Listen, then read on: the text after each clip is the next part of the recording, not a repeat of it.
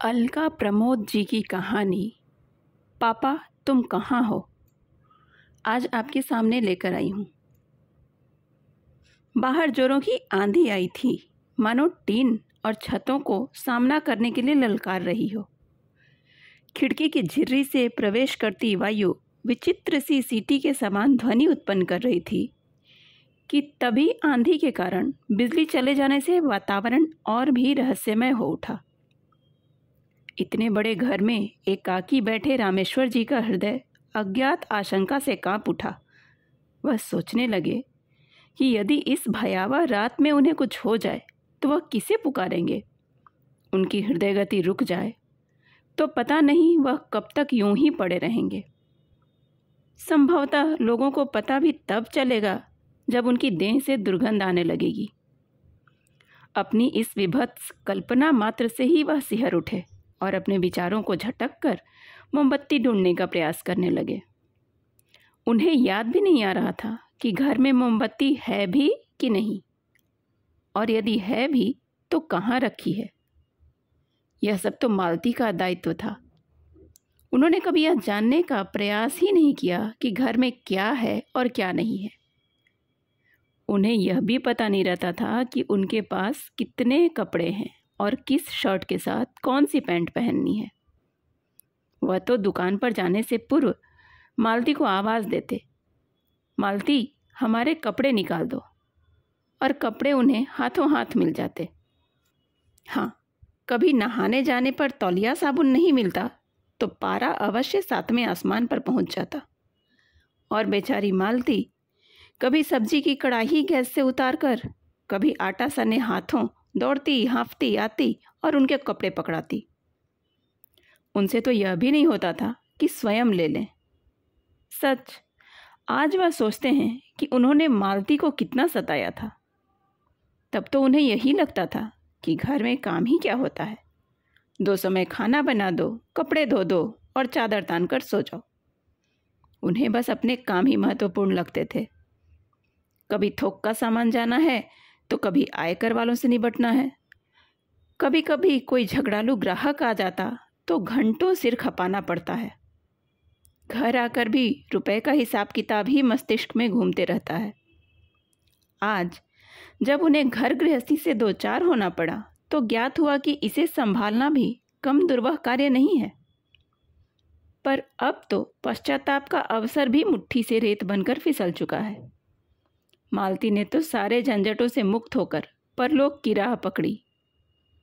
वैसे वह भाग्यशाली थी कि उसने वह सब नहीं देखा जो आज उन्हें देखना पड़ रहा है।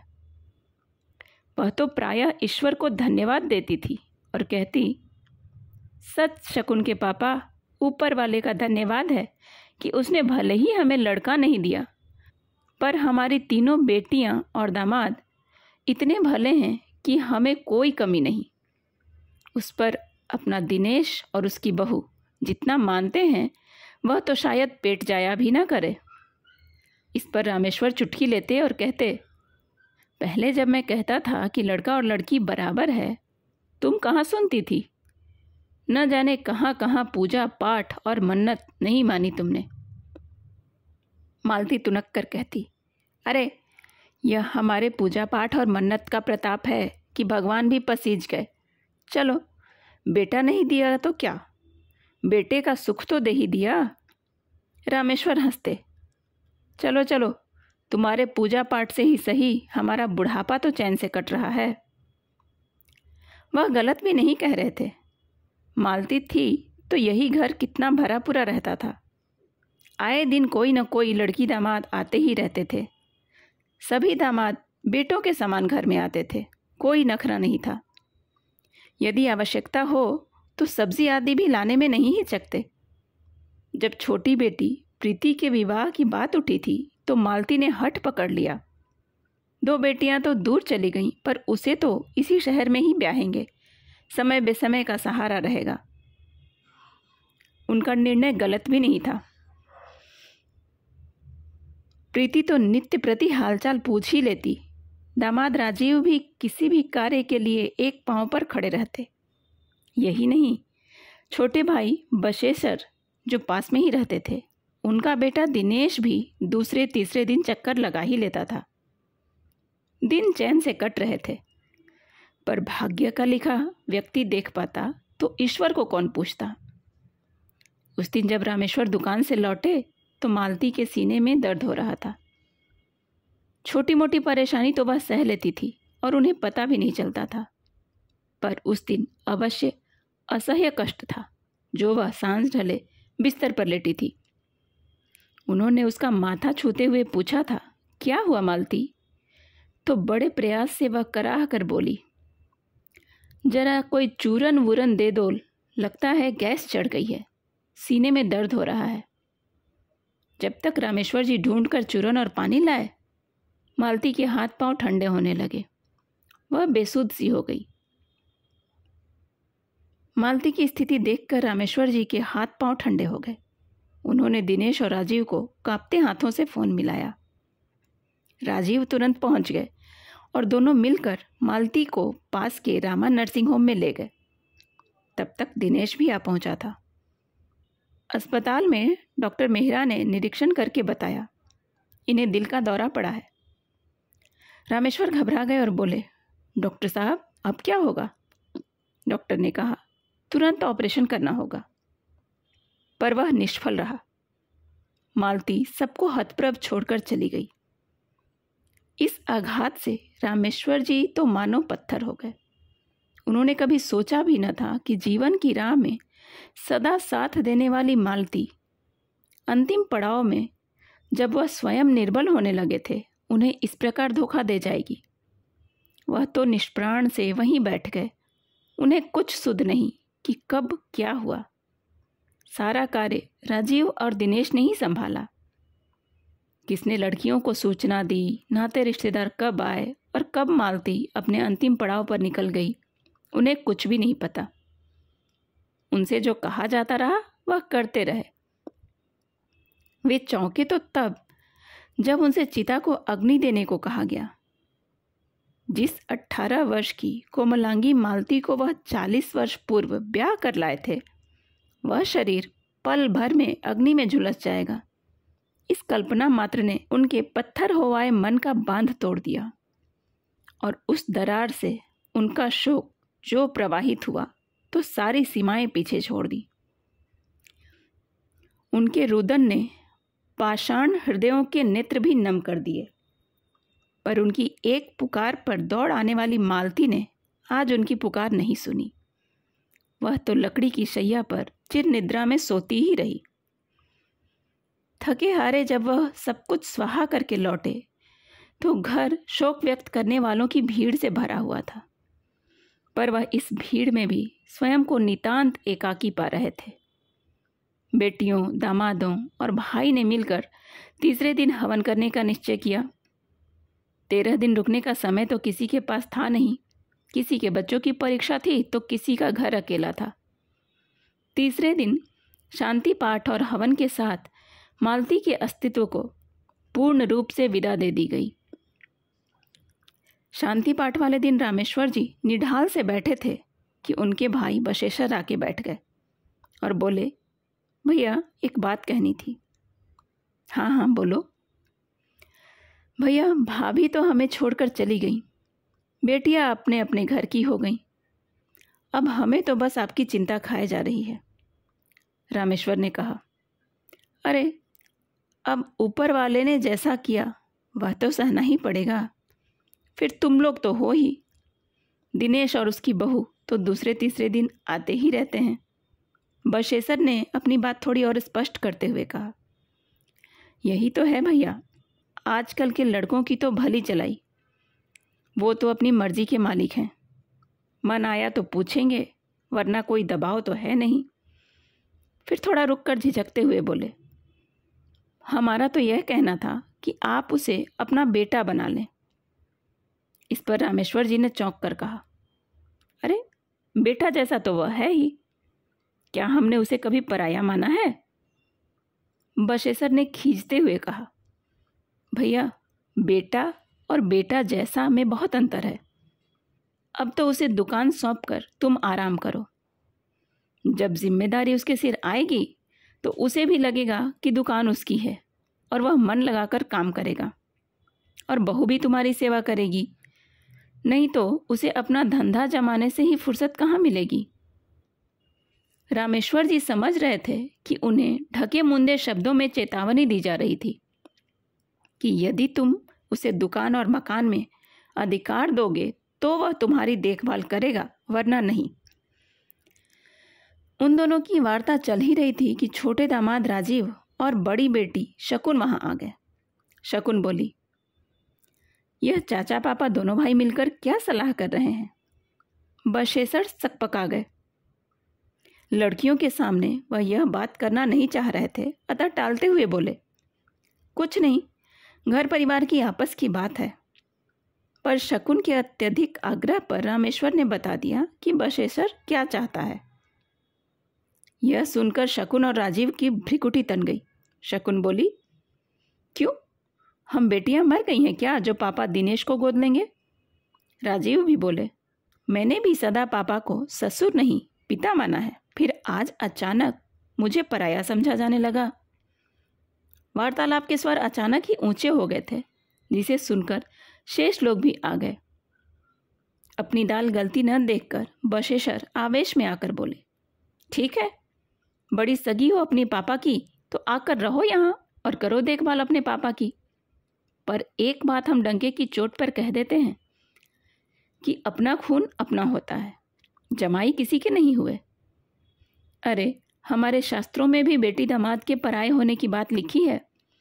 फिर सफाई देते हुए से बोले, हम तो भैया के बुढ़ापे की चिंता में बोल पड़े, वरना हमें क्या पड़ी है किसी के फटे में टांग अड़ाने की। फिर अपनी बात विपरीत धारा में जाते देखकर पैर पटकते हुए वहां से चलते बने।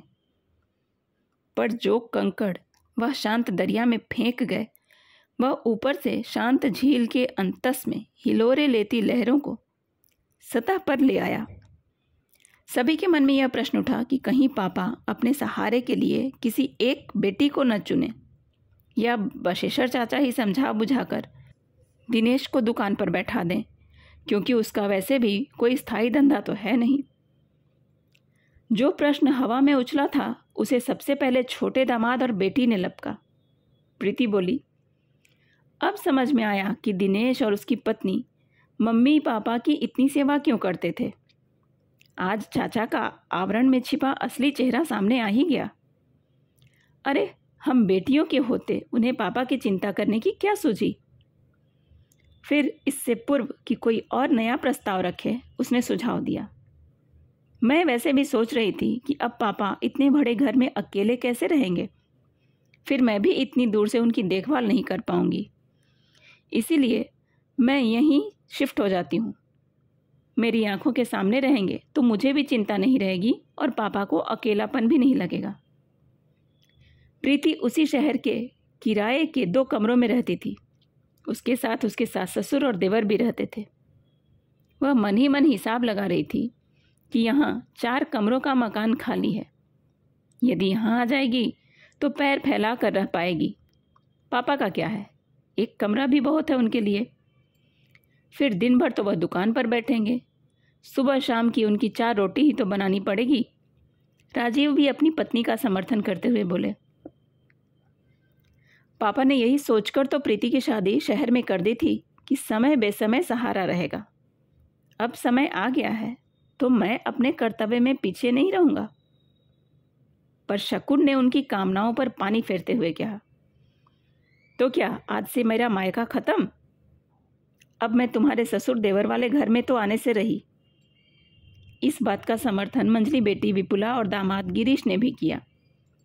वे समझ रहे थे कि यह बात तो निश्चित है कि यदि प्रीति यहाँ आकर रहने लगी तो घर तो हाथ से गया, इस पर तो उसी का अधिकार हो जाएगा।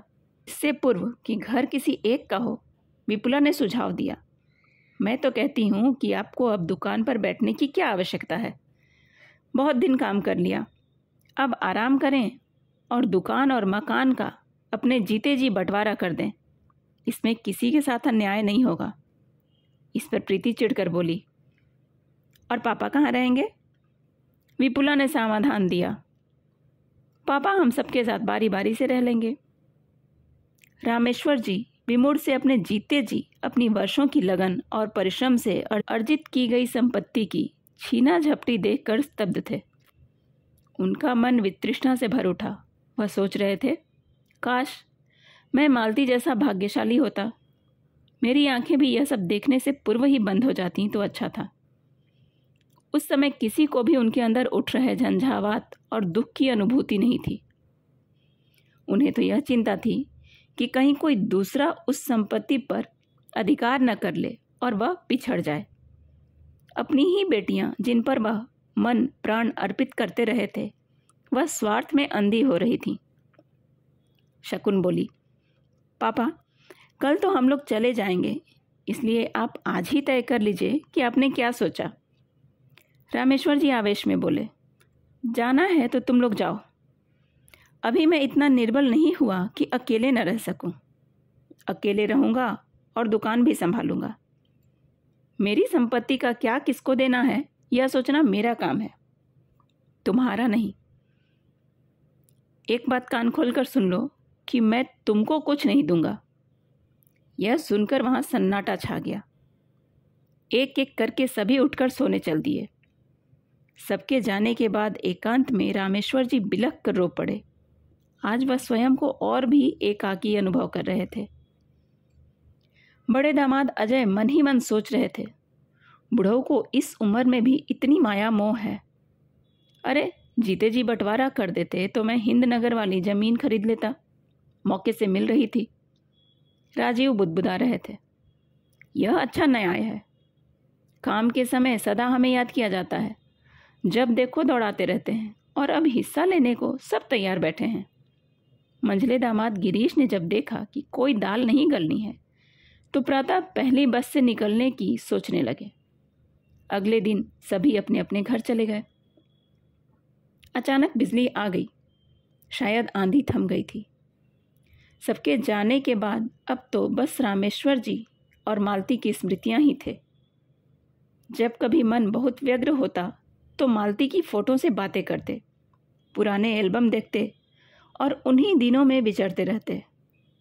मन पर वैराग्य घर करता जा रहा था। अब तो दुकान पर भी जाने का मन नहीं होता। क्या करेंगे इतना धन अर्जित करके?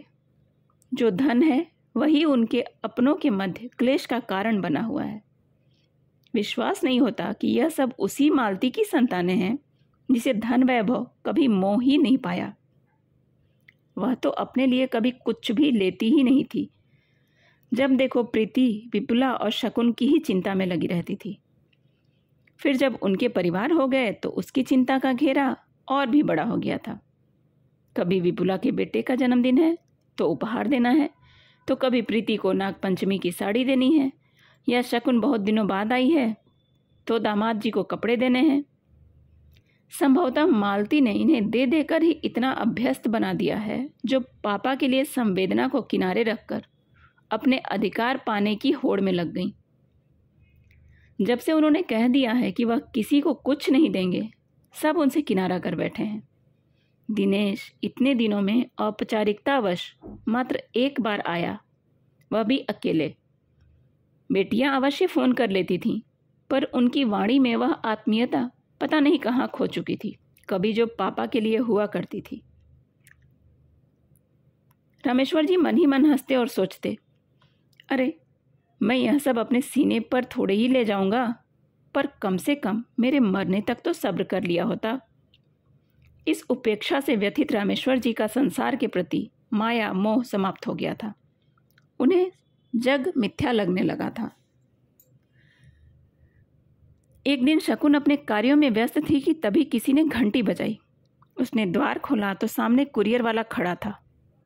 उसने हस्ताक्षर करके लिफाफा खोला तो उसमें पापा का भेजा हुआ 5 लाख रुपयों का ड्राफ्ट था। शकुन प्रसन्नता से नाच उठी। आखिर पापा को बेटियों के अधिकार का ध्यान आ ही गया। उसने प्रीति को फ़ोन किया तो ज्ञात हुआ कि उसके पास भी ऐसा ही एक ड्राफ्ट आया है। अभी वह विपुला को फ़ोन करने की सोच ही रही थी कि विपुला ने स्वयं ही 5 लाख रुपए मिलने की सूचना दे दी। तीनों बहनों को अचानक आज पापा पर बहुत प्यार आ गया और वे सब पापा से मिलने को व्यग्र हो गईं। विपुला शकुन आनन फानन कार्यक्रम बनाकर फरीदाबाद पहुंच गईं और प्रीति को लेकर पापा के घर पहुंची। घर पर ताला लगा था। उन्होंने सोचा पापा दुकान पर होंगे, पर दुकान भी बंद थी। अतः पड़ोस वाले वर्मा जी का दरवाज़ा खटखटाया।